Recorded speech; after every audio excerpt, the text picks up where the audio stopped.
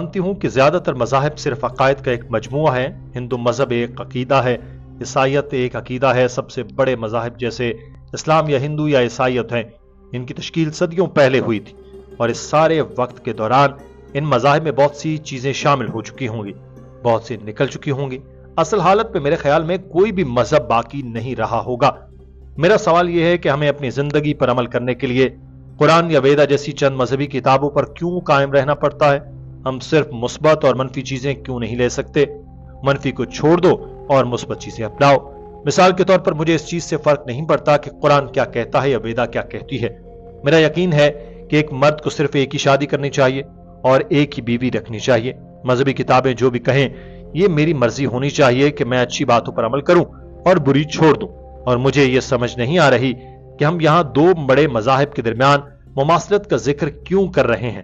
ہم کیوں ان دونوں میں لکھی اچھی باتوں پر عمل نہیں کرتے؟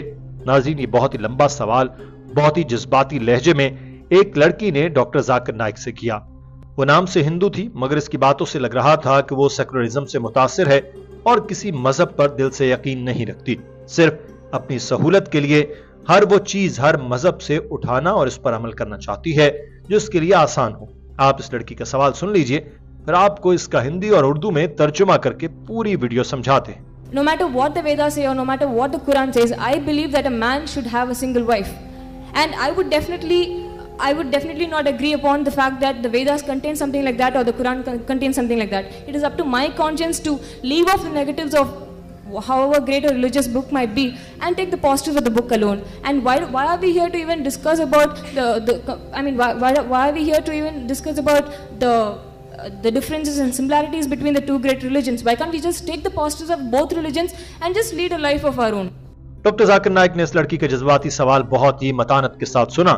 سوال کرنے پر لڑکی کی تعریف کی اور پھر اپنا جواب شروع کرتے ہوئے کہا کہ کون فیصلہ کرے گا کہ اچھا کیا ہے اور برا کیا ہے.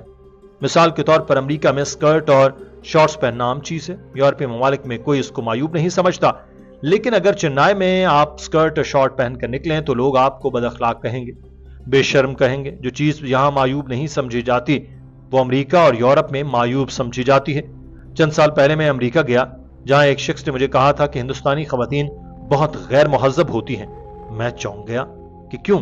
اس نے کہا کہ ہندوستانی عورتیں اس لیے غیر مہذب ہوتی ہیں کیونکہ جب وہ ساڑی پہنتی ہیں تو اپنا پیٹ دکھاتی ہیں. یہ چیز ایک امریکی کے نزدیک بے حیائی تھی. اگر آپ عرب ممالک میں جائیں تو عورت کو گھورنا بے حیائی کہلائے گی. بھارت میں خاتون کو دیکھنا برا نہیں سمجھا جاتا جب تک آپ اس کو چھو نہ لیں، مگر امریکہ اور یورپ سمیت مغربی ممالک میں عورت سے ہاتھ ملانا معیوب نہیں سمجھا جاتا. یہ وہاں ایک قسم کی تہذیب ہے.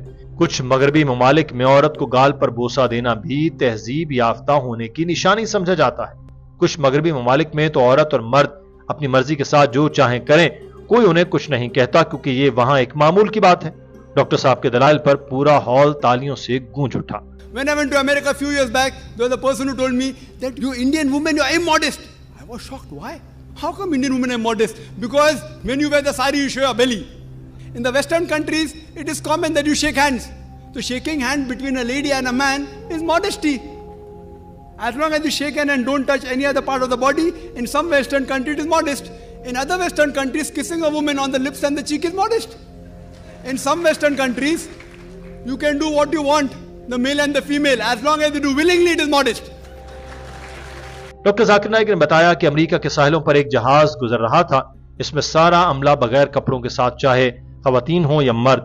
ان کے نزدیک یہ معمول کی بات تھی اور ان لوگوں کا بھرپور استقبال کرنا وہاں تہذیب یافتہ ہونے کی نشانی سمجھا گیا. تو فیصلہ کون کرے گا کہ صحیح کیا ہے اور غلط کیا؟ تو یہ فیصلہ کرنا خالق کا کام ہے.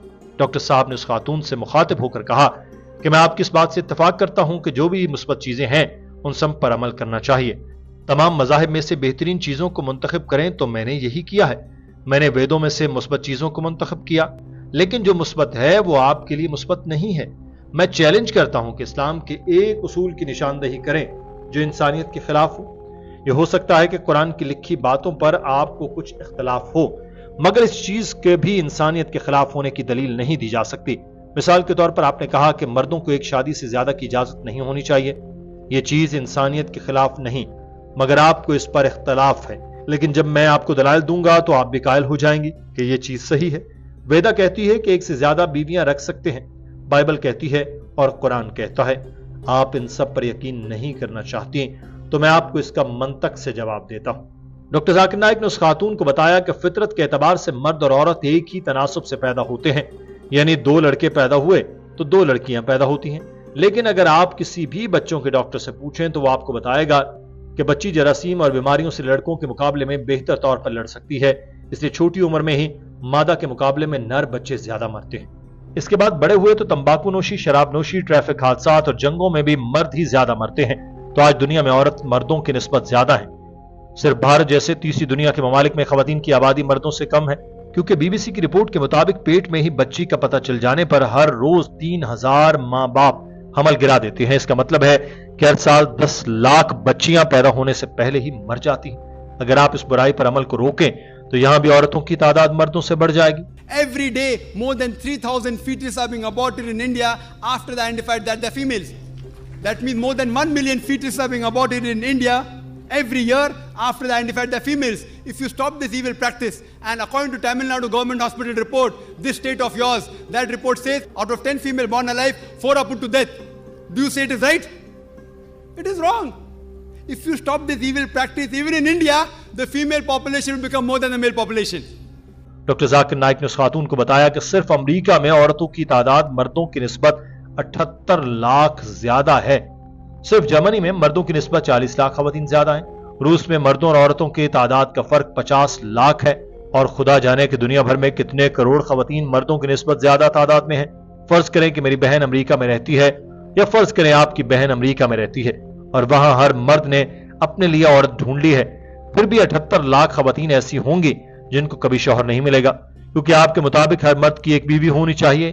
ان کے لیے کوئی آپشن ہی نہیں بچے گا کہ یا تو اس مرد سے شادی کر لیں جس کی پہلے سے بیوی ہے، یا پھر پبلک پراپرٹی بن جائیں۔ امریکہ میں کیے گئے سروے کے مطابق اعداد و شمار بتاتے ہیں کہ کسی بھی شخص کی شادی سے پہلے 1 سے زیادہ جسمانی تعلقات بنتے ہیں، اور داشتائیں تو کوئی ہوتی ہیں، 10 20 30 رکھ لیں، کوئی کچھ نہیں کہتا۔ جب کوئی عورت کسی کی داشتہ بنتی ہے وہ مرد اسے کبھی بھی چھوڑ سکتا ہے، اس کے پاس کوئی حقوق نہیں ہوتے، مگر جب اسلامی احکامات کے مطابق دوسری شادی کی جاتی ہے تو دوسری بیوی کو بھی سارے حقوق ملتے ہیں جو پہلی بیوی کو ملے۔ اس کو عزت ملتی ہے، احترام ملتا ہے۔ In America, on average, the statistics tell us a person has 8 different sexual partners before he settles down with one. Mistresses is common. You can have 10, 20, 30, no problem. 100 also. The law will not say anything. If you marry more than one wife, that thing doesn't go down their throat. Why? In mistresses, the woman does not get a right. She's degraded. She's dishonored. In Islam, when you have a second wife, you have to give equal rights. She has the honor. Doctor Zakir Naik نے کہا کہ میں اس چیز کو مانتا ہوں کہ کوئی بھی عورت عام حالات میں کسی دوسری عورت کے ساتھ شوہر کو نہیں شیئر کر سکتی، لیکن اسلامی شریعت کہتی ہے کہ ایک چھوٹے سے نقصان کو ہونے دیا جائے تاکہ ایک بڑے نقصان کو روکا جا سکے۔ اگر ایک نیک پرہیزگار مسلمان خاتون ہے اور اس کو پتا ہے کہ دنیا بھر میں مردوں کی نسبت کروڑوں خواتین زیادہ ہیں، تو وہ سوچتی ہے کہ اپنی مسلمان بہن کو پبلک پراپرٹی بنانے سے بہتر ہے میں اپنے شوہر کو دوسری شادی کی اجازت دے دوں۔ بسم اللہ الرحمن الرحیم۔ السلام علیکم دوستو، میں امید کرتا ہوں کہ تمام احباب خیریت سے ہوں گے اور ایمان اور صحت والی زندگی سے مستفیض ہو رہے ہوں گے۔ اللہ تعالی تمام مسلمانوں کو صحت اور عافیت والی اور ایمان اور اسلام والی زندگی عطا فرمائے۔ دوستو، امید کرتا ہوں کہ آپ کو ہماری ویڈیو پسند آئی ہوگی۔ بہت ہی خوبصورت ویڈیو تھی۔ میں کوشش کروں گا کہ ایسی ہی خوبصورت ویڈیوز لے کر آپ کے لیے حاضر ہوتا رہوں۔ ایسی ہی خوبصورت ویڈیوز کے لیے اور یہ پیغام آگے لوگوں تک پہنچانے کے لیے ہمارے چینل کو سبسکرائب کریں اور ہماری ہر ویڈیو کو شیئر کر دیا کریں تاکہ یہ پیغام ہر مسلمان کو پہنچ سکے۔ تو امید کرتا ہوں آپ کو ہماری ویڈیو پسند آئی ہوگی۔ آپ سے دوبارہ ایک نئی ویڈیو کے ساتھ ملاقات ہوگی۔ تب تک کے لیے اللہ حافظ، اللہ نگہبان، السلام علیکم۔